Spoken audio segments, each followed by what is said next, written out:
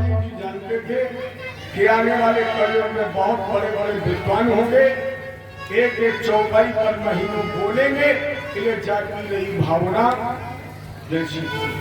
उसके अनुरूप मैंने आध्यात्मिक दृष्टिकोण से कोशिश की कि रामायण हमें आपको अपने शरीर में ही मिले।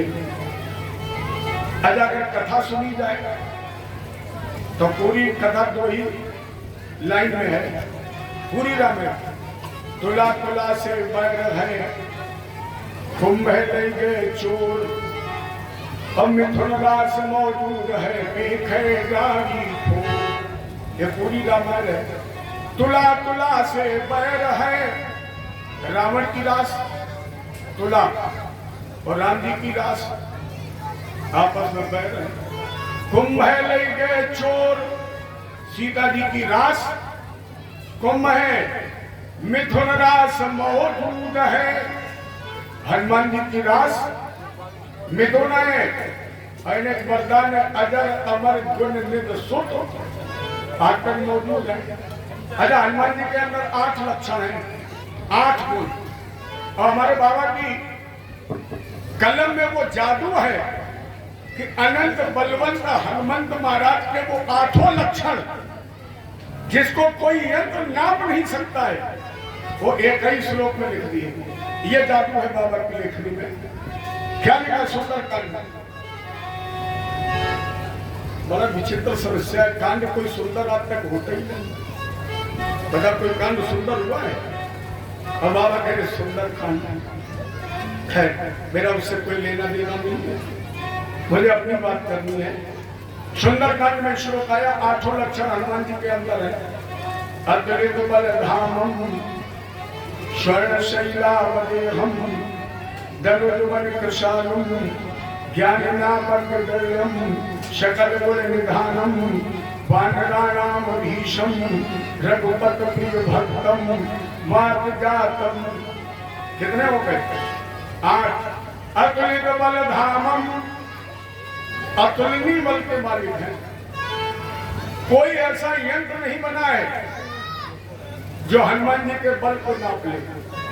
मैं दावा तो नहीं करता, लेकिन निवेदन कर रहा हूं कि शायद हनुमान जी ने अपने जीवन काल में कभी गदा का प्रयोग किया नहीं। मैं दावा तो नहीं करता, मैंने कल निवेदन किया भगवान की कथा में केवल प्रमाणित हनुमान जी कर सकते हैं, और मैं हनुमान के चरणों की धूल भी नहीं, इसलिए मोहर नहीं लगाता ये सत्य है। लेकिन अधिकांश अगर खोजा जाए ग्रंथों को तो हनुमान जी ने कहीं गदा नहीं चलाई। गदा तो हनुमान जी के हाथ में ऐसे है जैसे आज लोगों के हाथ में मोबाइल है, हर आपके जगह काले घूम रहे हैं, उसी तरह हनुमान जी भी गदा लिए घूमते। और नहीं तो इनका काम क्या था? किसी को भूसा, किसी को थप्पड़, किसी को पैर, किसी पर पेड़ और किसी पर पहाड़। और सबसे बढ़िया काम तो पूछे ही को आपको, सबसे बढ़िया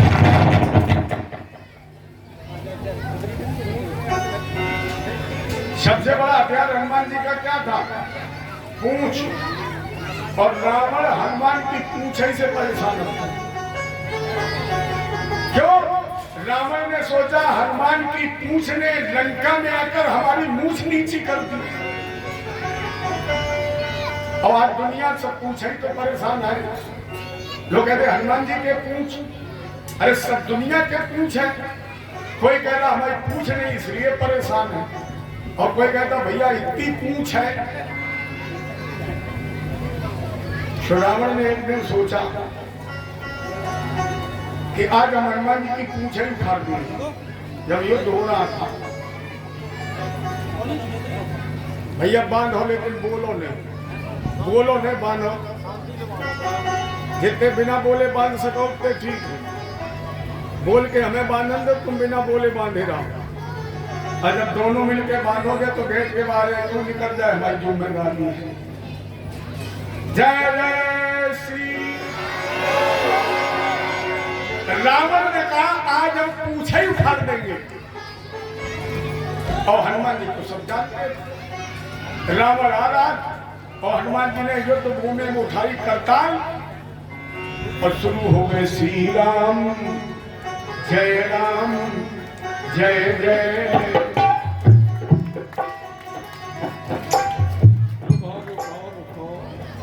स्टेशन दूर है। तो कुछ तो रावण चला और थोड़ी हनुमान जी ने पूंछ बढ़ा दी, और जैसे पूंछ रावण के पास पहुंची तो दोनों हाथ से रावण ने पकड़ी पूंछ, आज उखाड़ दूंगा। और जैसे इसने उखाड़ने की कोशिश की तो हनुमान जी ने सर से पूंछ बढ़ाई, 400 कोस ऊपर कर दी।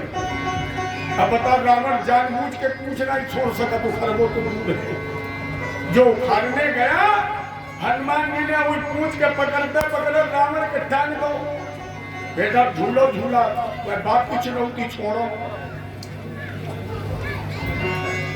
जब थक गया, हनुमान जी ने मारा झटका तो लंका में गिरा।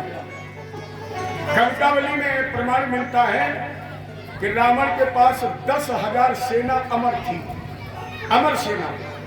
विभीषण ने कहा, रघुवीर आज अमर सेना लड़ने आ रही, कौन लड़ेगा?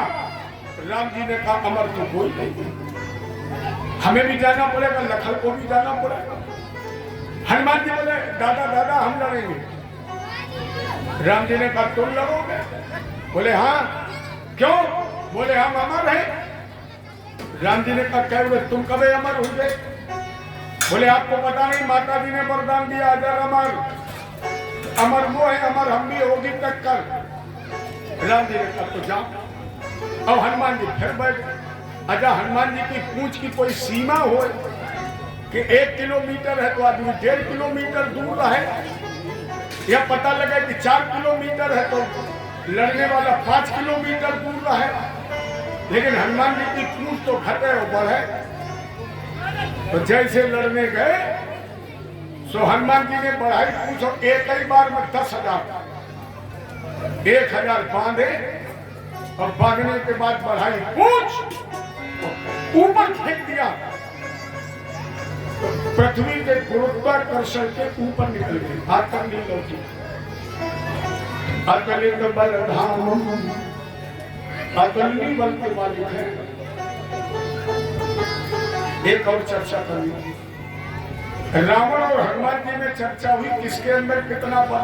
नहीं, आजकल जब बच्चे खेल खेल में लड़ते बोले तो देख लो एक घूंसा मारते। अब रावण ने कहा मेरे अंदर, हनुमान ने कहा मेरे अंदर, किसमें जाता है? बोले तो एक घूंसा मार लो। रावण ने कहा पहले कौन मारेगा? हनुमान जी ने कहा तुम मार लो। रावण ने कहा तुम पहले क्यों नहीं मारोगे? हम क्यों पहले मारे? हनुमान जी ने कहा तुम पहले इसलिए मारो कि हमने पहले मार दिया तो तुम मरने काबिल ही ना बचो, इसलिए तुम पहले मार लो। रावण ने कहा ठीक। हनुमान जी ने रावण की तरफ पीठ कर ली। कौन रावण? चलत दशानन डोलत, पृथ्वी डगमगाती थी वो रावण, जितने बाएं हाथ पर कैलाश मैया पार्वती और शिव के साथ गेंद की तरह उखाड़ लिया। वो रावण जो 10 विजेता है, उस रावण ने जिस समय मुष्टि का प्रहार किया, वास्तव में रावण साधारण नहीं है। रावण ने जिस समय मुष्टि का वार किया तो हनुमान जी का एक घुटना, एक हाथ पृथ्वी पर टिक गया। हनुमान जी का शाबाश, इतने वीर हो रावण। लेकिन रावण ने कहा घूंसा मारने के बाद हम तुम्हें जिंदा देख रहे हैं, ये हमारे बल को धिक्कार है। हनुमान जी ने कहा धिक्कार और बेकार बात की बात है। अब रावण शर्त के अनुसार तुम करो हमारे घाई पीठ, और अब हम मरे घूंसा। अरे आज का जमाना होता तो रावण झोला झंडा समेटता और भरदना तो ढूंढे नहीं मिलता। रावण ने पैमान, अब रावण ने देखा 20 किलो को बंदर, कितना मारे मार ले। आज आप लोग जानते हैं बंदर आक्रमण करने के पहले तैयारी करता है। जब तक बंदर भड़केगा नहीं तब तक आक्रमण करेगा नहीं। सो रावण ने पीठ कर ली। अब हनुमान जी ने सोचा मौसम तो बनाए, सो हनुमान जी ने उत्तराखंड की तरफ भागना शुरू किया। रावण ने कहा गया, मारे घर के बंदर तो गया, 5 मिनट देखता रहा, फिर आंखें बंद की और सोचा अब देखे कहाँ गया। सो जैसे उत्तराखंड की तरफ देखा तो कलक फूटना कर शरीरा कवन सुखात कठिन जन्माई जो नहीं हो तब तुम पाई नाम सुनते भयो। हनुमान जी के रोम रोम में टनों बदल के पहाड़, रावण के दिन में तारे नजर आ गए। और जैसे हनुमान जी ने एक बार लगाई बंदर भुड़की और भुड़क करके उठाया घूसा, मारना चाहते थे तो हनुमान जी की कलाई में 33 कोट भी उठा, पकड़ लिया हनुमान जी का हाथ। हनुमान जी ने कहा अरे पकड़ना था तो तब पकड़ते जब रावण मार रहा, और अपनी बात की मन को हाथ पकड़ के मरवाओगे। माने हनुमान जी ने कहा लड़ो नहीं, पहले तो लड़ो नहीं, शिक्षा लो यहाँ से। और अगर पड़ोसी से झगड़ा हो जाए तो पड़ोसी को कमर पकड़ के लपेट जाओ, तौलिए में गद्दा पीट लिए, बाद में ये सो देखो जाइए। अब हम तुम क्या कर, पड़ोसी में लड़ाई भाई, पिटिया नहीं करी, लड़का नहीं, गद्दा गद्दा रुक जाओ। अब तुमने अपने दद्दा पकड़ो नहीं, तुमने पड़ोसी ने 2-3। हनुमान जी ने कहा ये कभी मत करो, या तो लड़ो नहीं, और लड़ो तो अपने घर वाले का फ्री रखो, और पड़ोसी के दद्दा भैया चच्चा कह के लपट जाओ, तो तौले पे घर वाले ठोक लिए, बाद में ये सुधे हो जाइए। और तुम क्या कर रहे हो वही पार्ट। अब हनुमान जी ने हाथ झटक दिया तो 10 पंडा इधर डरे, 10 पंडा उधर डरे। ब्रह्मा जी बोले दादा ने खलको कर ये मरियो। हनुमान जी ने कहा क्यों? ब्रह्मा जी ने कहा इतनी ताकत से मार दोगे रावण पातालपुरी में चला जाएगा, फिर ब्रह्मा के विधान का क्या होगा, महाराजा रघु के बारे का क्या होगा। दादा हनुमान जी ने कहा चिंता न करो। तो जब हल्का घूसा मारा हनुमान जी ने तो रावण को मूर्छा आ गई, आंखें फट गई, और अगर कहीं वो तीन ताकत से मार देते तो मेरी समझ में ऐसे फट जाता जैसे हाथ से कद्दू गिरने पे फटता है। अतुलित बल धामम, अतुलनीय बल के मालिक है। ये ज्ञानियों में अग्रणी भी है। जब जामवंत जी ने कल लंका जल गई, कितने जलाई बोले हनुमान जी ने। राम जी ने कहा लंका जलाई, हनुमान जी ने कहा कौन कहता है? राम जी ने कहा मुझे सुनाई पड़ा। जामवंत जरा तेज बोलो, तेज। और हनुमान जी ने तिरछी आंख करके देखा और बोले दादा एक बात समझ ली हो। जामवंत जी ने कहा कुछ नहीं कर सका, हम तो सुप्रीम कोर्ट के मुख्य न्यायाधीश हैं के सामने खड़े हैं। जामवंत जी ने कहा हनुमान ने लंका जलाई, उन्होंने सोची अगर चौराहे को होते तो ऐसो घूसा देते। राम जी ने कहा बोलो लंका जलाई? नहीं जलाई। जली नहीं? हनुमान जी ने कहा जली। किसने जलाई? हनुमान जी ने कहा पंचों ने। जब अतुलनीय बल के मालिक है तो बुद्धि के भंडार भी है।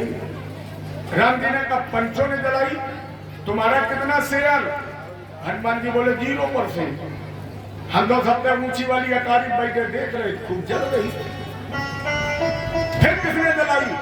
हनुमान जी ने कहा 5 लोगों के नाम, रावण के पाप ने, विभीषण के जाप ने, जानकी के ताप ने, आपके चरणों के प्रताप ने, और हनुमान के बाप ने लंका जलाई। तो हो ना हो तो बताओ। रामायण कहीं चले मर 49। इसलिए विद्वानों ने लिखा है अतुलित बल धामम स्वर्ण शैला बद्रिहम तनुज वन प्रसादम ज्ञाननामर्घगणम सकल गुण निधानम वानरारामधीशम रघुपत प्रिय भक्तम वात जातम। चलिए 2 लाइनें गाइए और इसके बाद फिर राम कथा के लिए विश्राम देता हूँ। प्रार्थना है यही मेरे हनुमान जी, प्रार्थना है यही मेरे हनुमान जी, मेरे सर पे भी अब हाथ रख दीजिए। हनुमान जी मेरे सर पर भी हाथ रख दीजिए। प्रार्थना है यही मेरे हनुमान जी, प्रार्थना है यही मेरे हनुमान जी, मेरे सर पे भी अब हाथ रख दीजिए। मेरे सर पर भी हाथ रख दीजिए।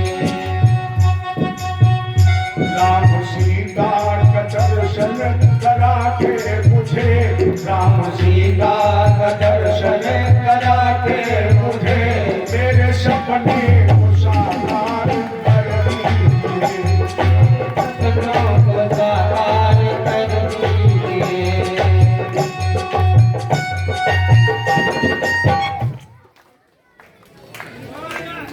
हमने कहीं विराम होएगा विराम विश्राम है।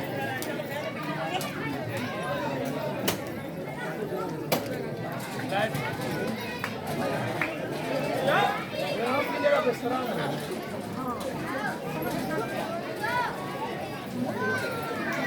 अरे पति भगवान होगा। प्रार्थना है यही मेरे हनुमान जी, मेरे सर पे भी अब हाथ रख दीजिए। प्रार्थना है यही मेरे हनुमान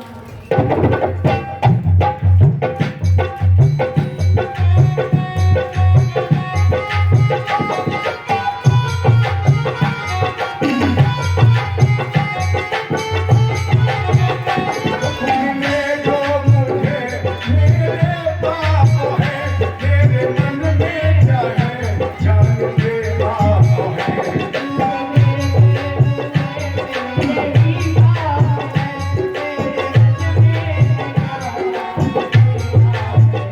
दुख मिले जो मुझे मेरे ही पाप है, मेरे मन में क्या जानते आप है। आप हर रूप है इसलिए कर कृपा, आप हर रूप है इसलिए कर कृपा, मेरी हर एक चिंता को हर दीजिए। आप हर रूप है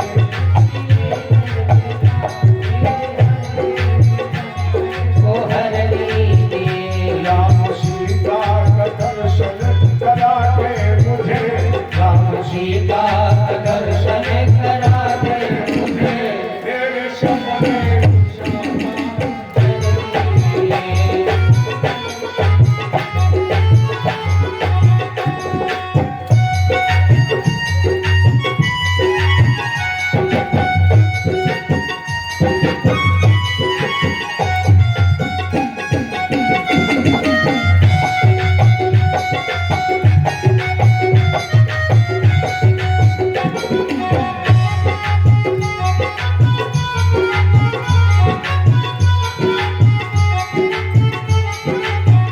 मैं भावुक तो हूँ पर नहीं भक्त हूँ, मैं भावुक तो हूँ पर नहीं भक्त हूँ, किसी कारण तो खुशियों में आशक हूँ।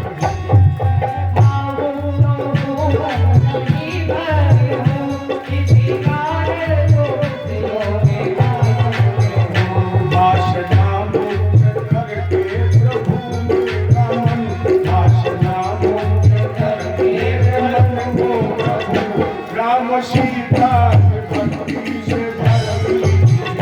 प्रार्थना है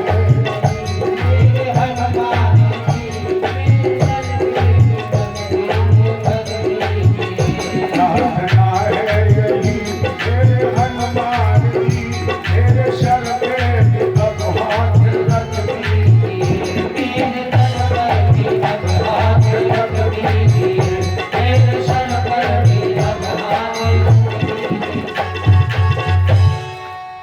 बोलो आनंद बलवंत हनुमंत महाराज की आज तक मौजूद है। इसके बाद मेघधारी घोर लंका के दास मेघ है, जिसे हनुमान जी ने उलट पलट करके जला दिया है।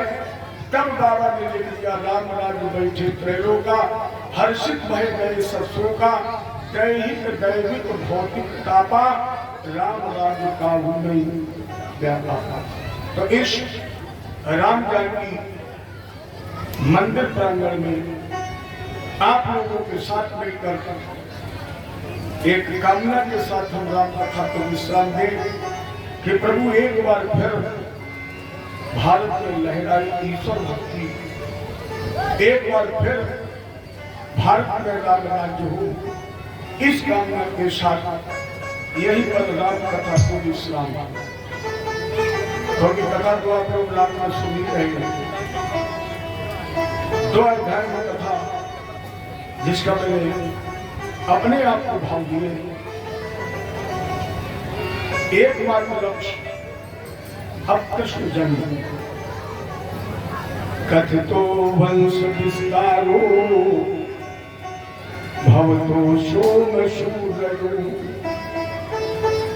राज्याम जो भय वंशानाम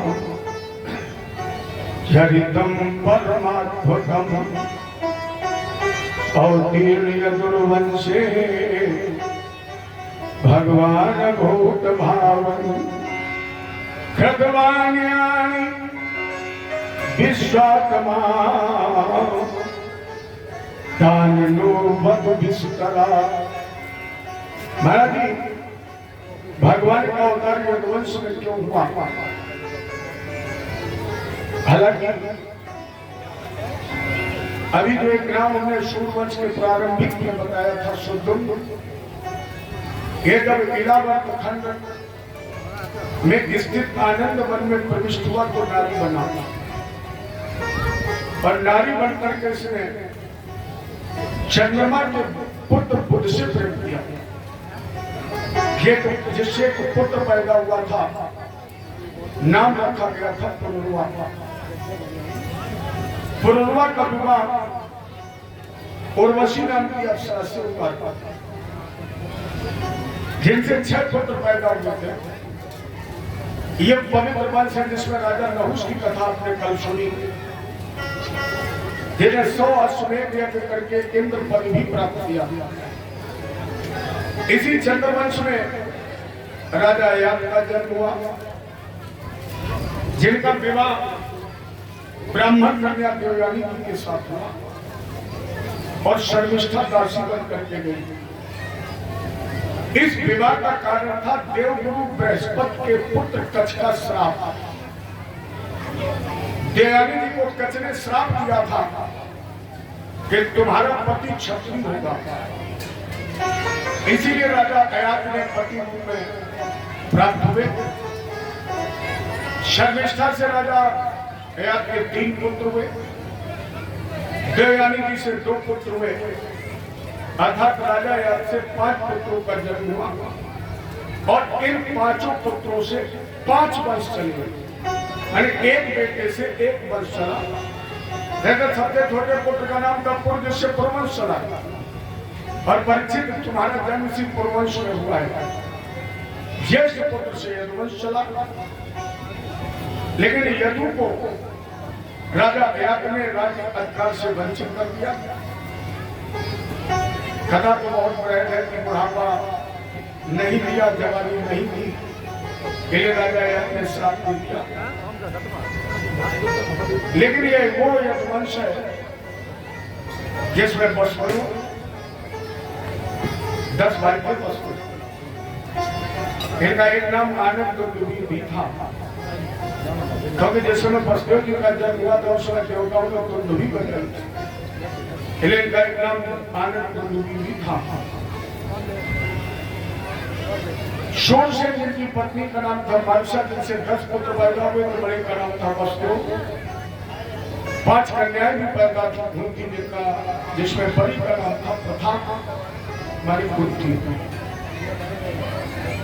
बलदेव जी के कई पत्नियां थी, जैसे रोहिणी, मौनी, भद्रा, दोचना, इला। सबसे अंतिम पत्नी देवकी, जो मथुरा के राजा उग्रसेन, 2 भाई थे, उग्रसेन और देवक। देवकी पुत्री देवकी, जैसे कंस अपने प्राणों से ज्यादा प्रेम करता था और इनके अभिन्न मित्र थे वसु, तो इसने सोचा क्यों ना हम अपनी सबसे प्रिय बहन का विवाह अपने मित्र के साथ करें। इसी देवकी के 6 बालक कंस ने मारे। 7वां पला देवकी के गर्भ में पैदा हुआ गोकुल में नंद की के आंगन में रहने वाली वसुदेव जी की दूसरी पत्नी रोहिणी से, 8वें से स्वयं भगवान का प्रकट हुआ, जिन्होंने कंस को मार दिया। राजा परीक्षित ने कहा तुम इतनी गलती एक लाइन में सब बता दो। अब मुझे 2 बातें बताइए। देवक्या गर्भ संबंधा, आपने कहा कि देवकी का 7वां पुत्र पैदा हुआ रोहिणी के गर्भ से, तो क्या देवकी रोहिणी के गर्भ से ही कोई संबंध था? क्योंकि व्यक्ति एक मां के गर्भ में आ जाए दूसरे से तब पैदा हो सकता है जब पहले से जन्म लेकर शरीर का त्याग करे। तो आपने कहा कि पहले देवकी के गर्भ में पैदा हुआ रोहिणी गर्भ से, तो कितो देहांतर बिना जन्म लिए बगैर शरीर का त्याग किया, ऐसा कैसे हो गया?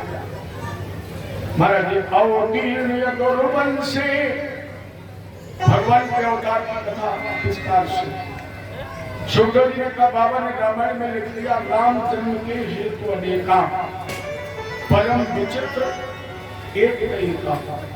भगवान के अवतार का एक उद्देश्य नहीं होता है, एक हेतु नहीं, बहुत, लेकिन फिर भी 4 प्रमाणित कर दिए बाबा ने।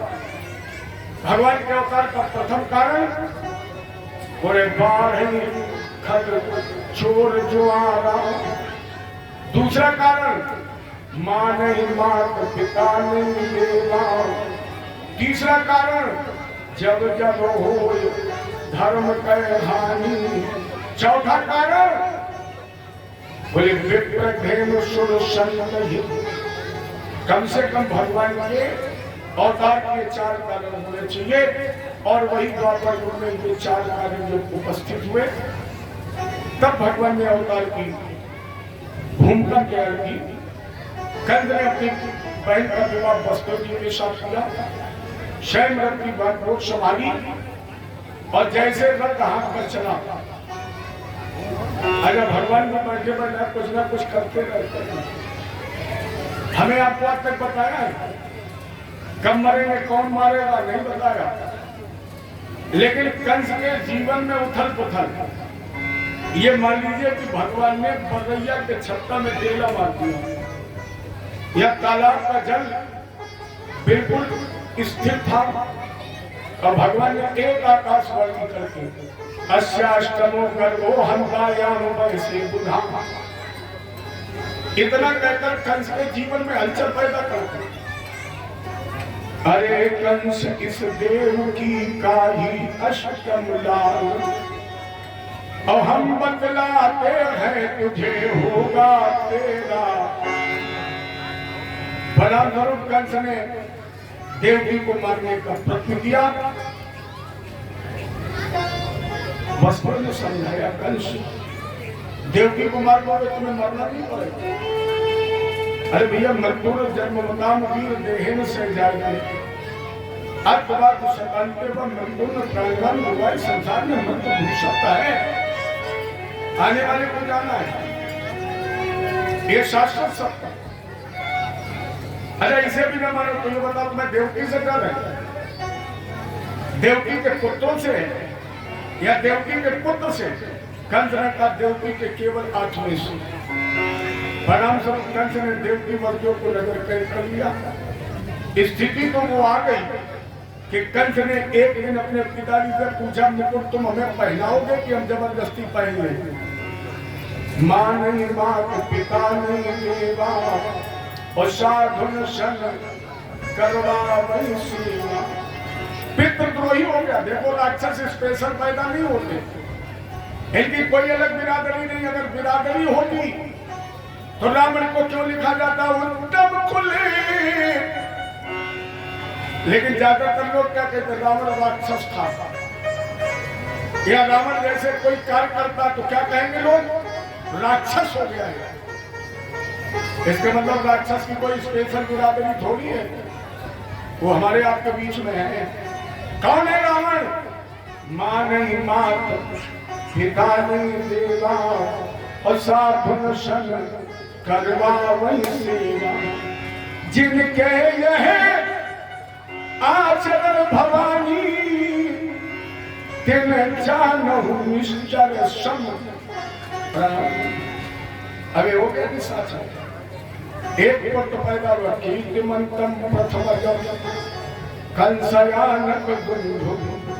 कीर्तिमान नाम का प्रथम पुत्र पैदा हुआ, बदबर जी कंस के बाद में निकालेगा। ये कौन लाए? आठवां लाना। बदबर जी लौट गए और नारद जी ने सोचा अगर इस तरह एक देवकी की गोद बन जाएगी तो हजारों की गोद गुजर जाएगी। तो नारद जी ने उठाई पीना, एक आठ मंगोली का फूल कंद ने आसन दिया, बैठाला। भरत के ही कारण नारद जी का बेटा जो है गिनती गड़बड़ हो रही है, ये फूल देकर जरा गिनो इसमें कितनी पत्थरी। तो कंद ने गिनी, बाबा 1 2 3 4 5 6 7 8। नारद ने फिर गोल घुमाए, आप गिनो। कंद ने कहा 1 2 3 4 5 6 7 8। नारद ने फिर भूल, कंद ने कहा बाबा चल 80 बार गिनवाओ, 8 है 8 ही रहेंगी। नारद जी ने कहा बता सकते कौन पहली कौन आठवीं? कंद ने कहा बाबा हर पंखुड़ी पहली और हर पंखुड़ी। नारद जी ने कहा पगले इस पंखुड़ी की जगह अगर 8 बच्चे बैठे होते तो बता सकते कौन पहला कौन आठवां? कंद ने कहा बाबा चूक गए। नारद जी ने कहा बेटा चिंता न करो, आज लोग ने चूकन तो काउंट दो, गलती की नहीं, हमारा नाम है भूल सुधार है, भूल करो सुधार हो। अगर सारी बातें छोड़ो, पहले जब हम आप सड़क पर चलते हो तो सड़क पर एक बोर्ड लगवाती सरकार, सावधानी हटी, दुर्घटना नहीं घटी, मरे धरे। दुर्घटना तब घटती थी जब बटेवर वाला हाईवे नहीं था, तब दुर्घटना घटती। अब तो तुम गए और 10-20 संघे ले बेटा होशियारी सदा प्यारी। अरे इसे भी छोड़ो, एक बात बताओ, नारद देव का समझाने वाला, अरे तुम देवकी के एक पुत्र को मारोगे लोग क्या कहेंगे? कंद ने कहा लोग कहेंगे कि कंद भाग्य का प्यारा है। ठीक, 2 मारोगे तब? कंद ने कहा भाग्य के प्यारे। नारद जी ने कहा 5 मारोगे तब? कंद ने कहा भाग्य के प्यारे। नारद जी ने कहा पगले, जब तेरे भाग्य में भांजे का हत्यारा बन नहीं लिखा है तो एक गाय मारो, सवारे मार को दफा तो एक ही लगने। श्रीमन नारायण सुबालेश देवज्ञा और सेना। नारद की प्रेरणा से कंस ने देवकी की एक नहीं 6 बालिकों की हत्या की। 7वें में शेष जी आए, लेकिन भगवान ने कहा शेष कटता नहीं है, मरता नहीं है। इसे योग माया को वरदान दे दिया, गच्छते विभुजम भद्रे गोप गोप भगवंतम। देवकी के साथ में गर्भ का कर्षण करो, रोहिणी के गर्भ में स्थापित कर दो। कलयुग में लोग तुम्हारी पूजा करेंगे। नाम ध्यान खुरवंती स्थानानि चलला भूमि दुर्गे भद्रकाली विद्या वैष्णवी कुमुदा चंद्रिका कृष्णा माधवी कन्या के पिछा माया नारायणी सानी शारदेत अम्ब के पिछा। लोग तुम्हें काली दुर्गा विद्या वैष्णवी अम्बे के नामों से संबोधित करेंगे। योग माया ने देवकी के 7वें गर्भ का कर्षण किया, रोहिणी जी के गर्भ में स्थापित कर दिया। भाग्य पर कृष्ण पक्ष खष्टी, जिसे अपने यहाँ हर्षद के रूप में पर्व मनाया जाता है। इसी दिन कृष्ण के बड़े भैया बलराम जी का प्रकट हुआ है और बलराम भैया का मुख्य अस्त्र है हल, इसलिए उस दिन माताएं हल्का जुटा हुआ अन्न, अब पता नहीं आपके इलाके में खाती है नहीं खाती है, लेकिन मेरे इलाके में